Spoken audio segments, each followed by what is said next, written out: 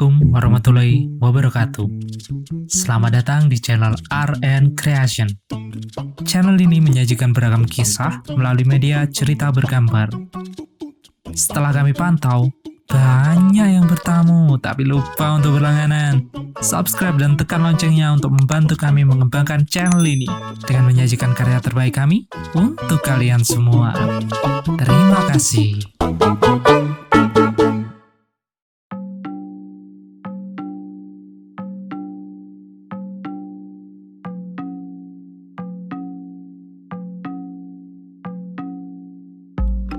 Rumah Sakit Darmo adalah sebuah rumah sakit bersejarah di kota Surabaya.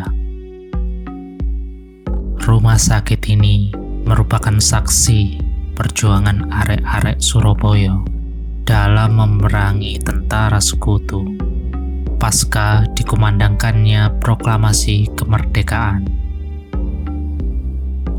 Rumah Sakit Darmo didirikan lebih dari 100 tahun yang lalu, tepatnya pada tanggal 9 Juni 1897 dan didirikan oleh sekelompok orang Belanda.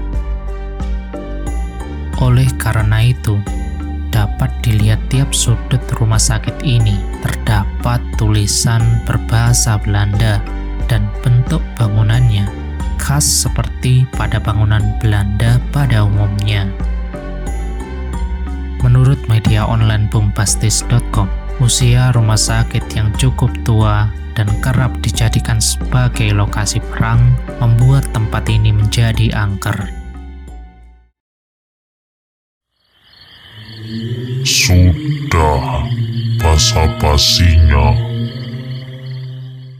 Iya, maaf.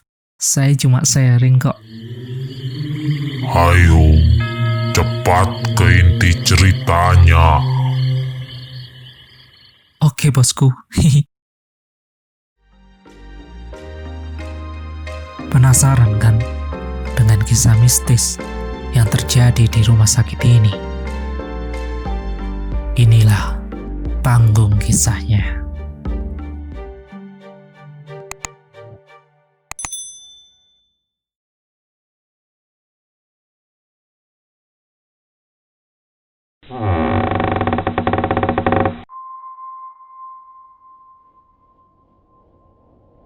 Bangunan yang sudah tua dan mengalami keretakan di beberapa sisinya menyebabkan aura mistis pada rumah sakit Darmo semakin terasa.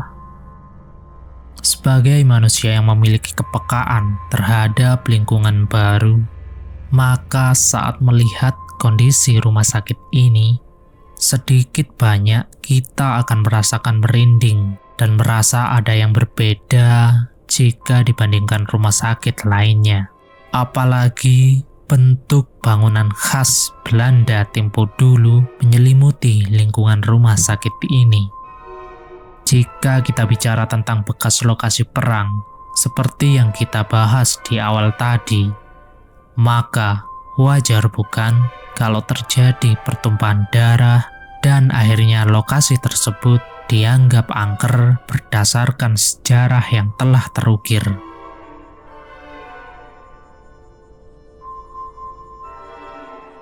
Kisah yang pertama adalah tentang keluarga pasien.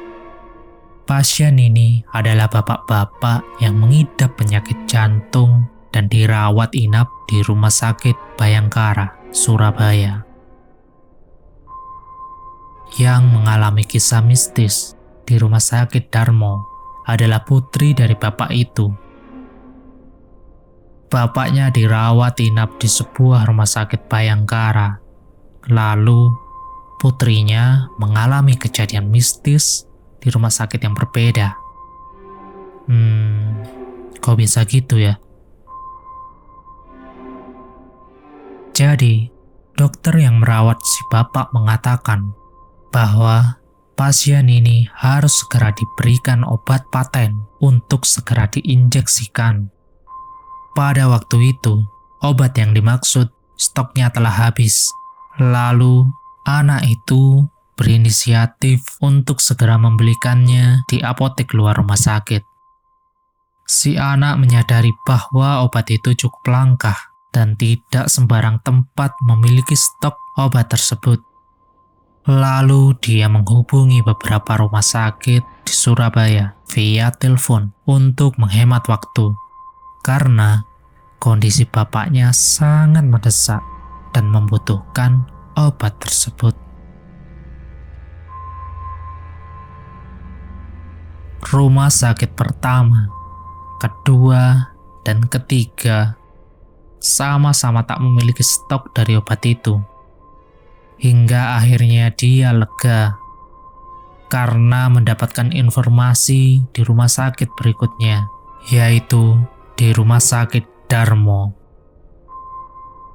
Di Rumah Sakit Darmo, obat yang ia cari stoknya tersedia.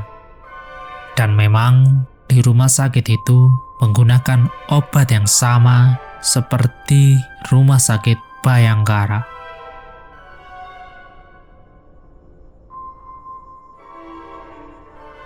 Setelah melakukan janji dengan pihak Rumah Sakit Darmo, dia memutuskan untuk pulang ke rumah untuk mengambil beberapa hal yang dibutuhkan dan membersihkan rumah di waktu siang hari itu.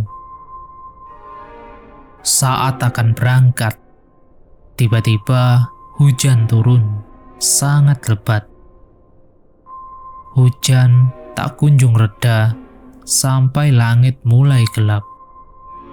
Akhirnya, dia nekat menerobos hujan menuju Rumah Sakit Darmo dengan mengendarai sepeda motor di tengah hujan.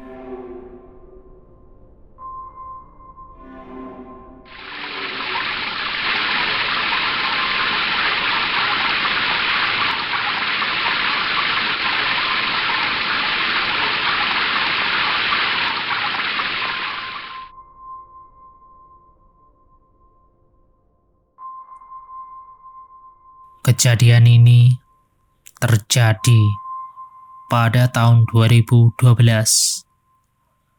tepatnya di hari Kamis, malam Jumat Kliwon. Sesampainya di Rumah Sakit Darmo, anak ini diarahkan oleh juru parkir untuk melewati sebuah lorong yang sepi dan tak begitu terang untuk menuju ke apotik. Karena memang rumah sakit ini terkenal menyeramkan, dan suasana saat itu membuat bulu kuduk merinding. Dia berjalan perlahan di dalam lorong itu dengan berharap ada seseorang yang bisa dia tanyai tentang lokasi apotik, karena di lorong itu terdapat banyak belokan, namun tidak ada petunjuk arah menuju apotik.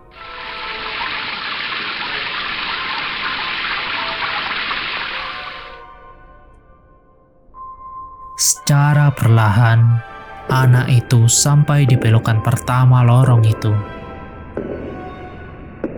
Lalu, pada belokan itu, sekilas, dia melihat sesosok lelaki mengenakan pakaian putih seperti seragam petugas rumah sakit.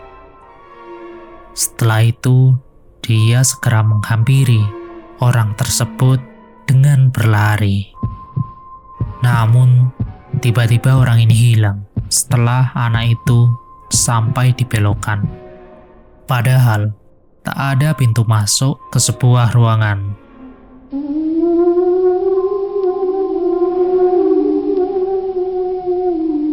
Sambil merasa kebingungan, dia terus menelusuri lorong itu. Hingga akhirnya, dia menemukan apotik setelah melewati belokan yang kedua pada lorong itu. Dia lega setelah mendapatkan obat untuk bapaknya. Lalu dia menelusuri lorong itu kembali untuk menuju parkiran motornya. Namun, suasana tak sehoror tadi. Dia banyak menemukan petugas rumah sakit dan saling berpapasan di sana. Sepanjang perjalanan, dia bertanya-tanya karena tiba-tiba lorong ini ramai. Padahal ini belum 10 menit sejak dia keluar dari apotik. Apakah aku memasuki dimensi yang berbeda? Suasana lorong saat aku masuk ke sini tadi sangat mencekam. Namun sekarang biasa saja. Ya, apapun itu, anak ini telah ditunjukkan jalan menuju apotik secara tidak langsung.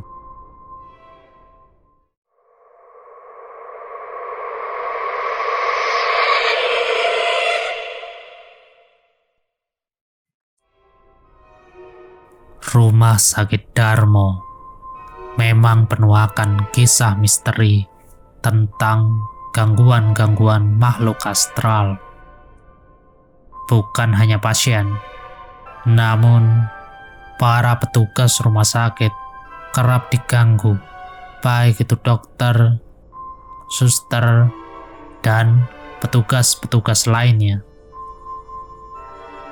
Kisah yang paling sering beredar di masyarakat adalah penampakan suster yang melayang menuju tempat yang gelap, dan kisah kuntilanak pengganggu bayi atau anak-anak yang menangis. Dia sering menampakkan diri dengan rambut kusut yang berlumuran tanah dan menutupi wajahnya.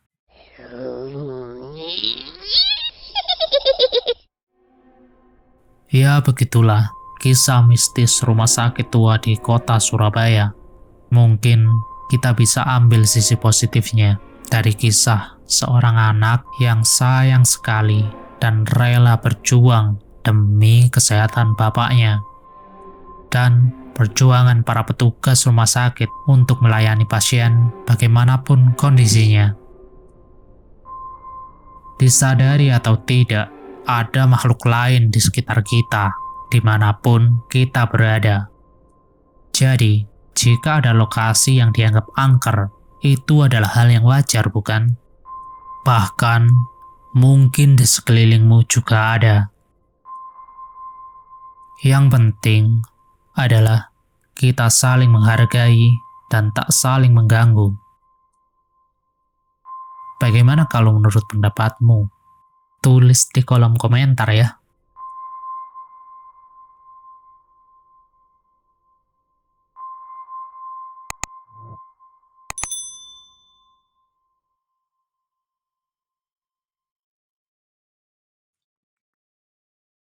Sekian dari saya. Mohon maaf atas segala kesalahan yang sengaja ataupun tidak sengaja yang saya perbuat. Sampai jumpa di cerita bergambar selanjutnya. Saya akan menceritakan beragam kisah yang menarik, baik itu kisah fantasi, kisah yang menginspirasi, misteri, ataupun horor. Kisah-kisah tersebut dapat kamu pilih sesuai keinginanmu di halaman playlist channel ini. Jadi, tunggu apa lagi? Like, comment, share, and subscribe, serta bunyikan loncengnya untuk mendukung channel ini memberikan karya-karya terbaiknya untuk kalian semua. Terima kasih. Assalamualaikum warahmatullahi wabarakatuh.